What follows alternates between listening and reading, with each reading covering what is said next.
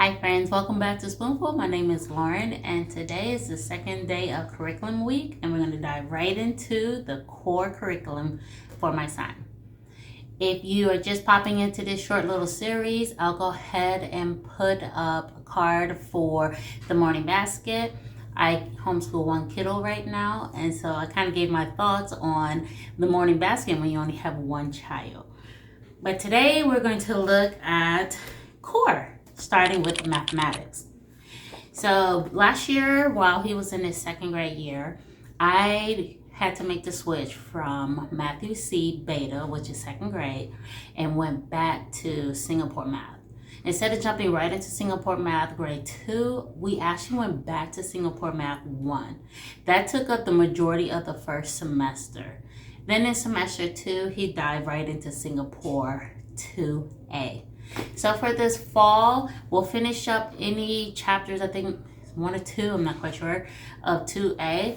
And then we're going to dive right into 2B and then pick up 3A. In this case, this is 3B. I didn't actually order 3A yet, but I picked 3B up for free at the homeschool conference. So we're going to dive right into that with him. Singapore math has worked wonderfully for him.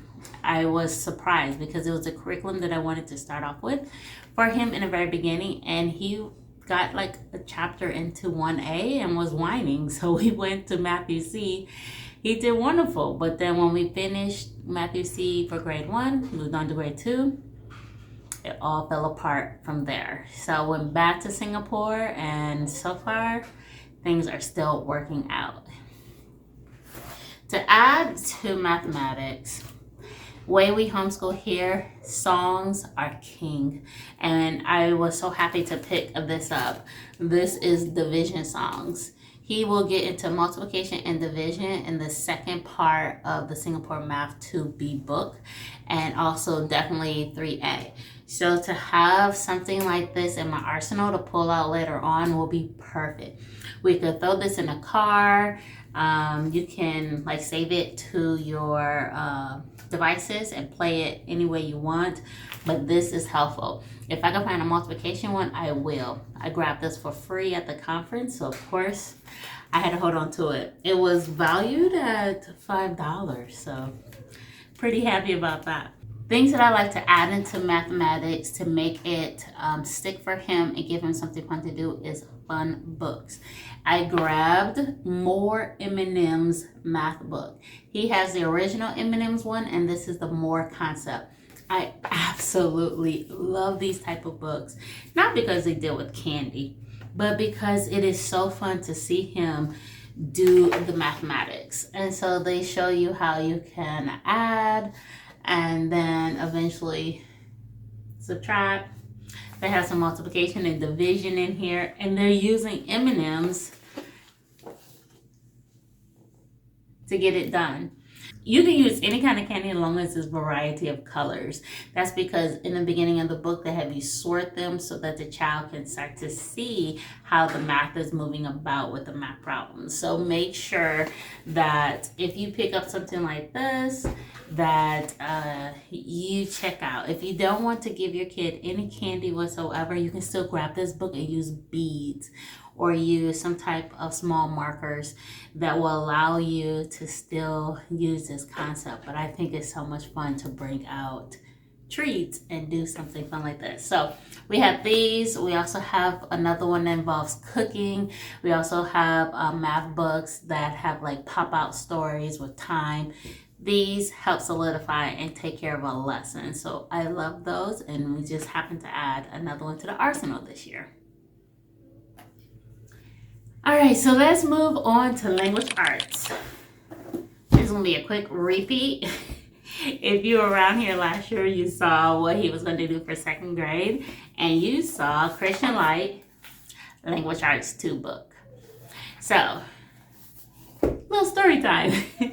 We were trugging along in his second grade year, finishing up Christian Light Language 1. I think he had about 2 or 3 books left of that before we needed to jump in Language Arts 2. When it was time to jump into Language Arts 2, I quickly noticed that the phonics lessons was not the main lesson, that grammar became the main lesson, and phonics was just a little section that had a couple problems in it for review. And I froze. Not because I couldn't do it, was because he wasn't quite ready for that style of learning. He was just finishing his phonetic sounds and started to really put them into good practice with seeing words out of a textbook context and more into a story context. And so he also needed more practice of bouncing between one phonetic style word to another in the form of a sentence and then eventually reading that into short paragraphs. So something like this, we could not get further than book one before I realized this was overwhelming and too much. So now that he is reading, he's getting smoother and smoother by the book. He can now jump into actual grammar lessons. And so we will finish the Christian Light booklet. This is half the stack, the other half is on the show. 1 through 10. It is designed to take a whole entire school year.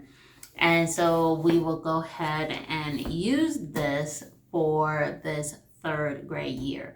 And for those that are wondering, is this kind of behind? I would challenge it to say that it is on grade level. I think this is a clear half a year to a full year ahead. So the concepts that are presented in this second grade book, I'm finding in a lot of third grade books. And that's because there's absolutely no phonics in this book as a lesson, strictly as a review. So we will do that. We will complete the grammar lesson for the day. He will practice the phonetic lesson that is available there. And this curriculum also is equipped with extras. So every single section has a grammar lesson, a phonetic lesson, and then it has a review section. Also, they have a penmanship.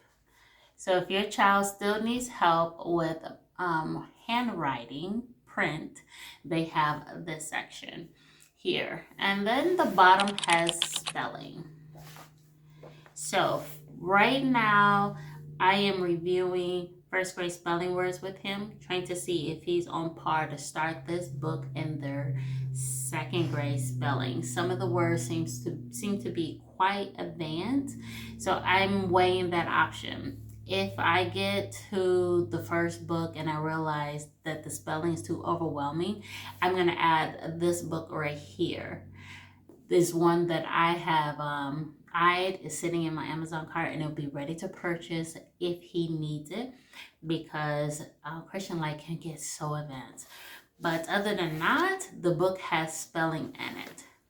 Another excellent thing that each of these booklets have is a creative writing portion. Right there in the front cover, it gives you 3 days of creative writing. 1 day of thinking of it, 2 days of writing and delivering your actual writing to someone else.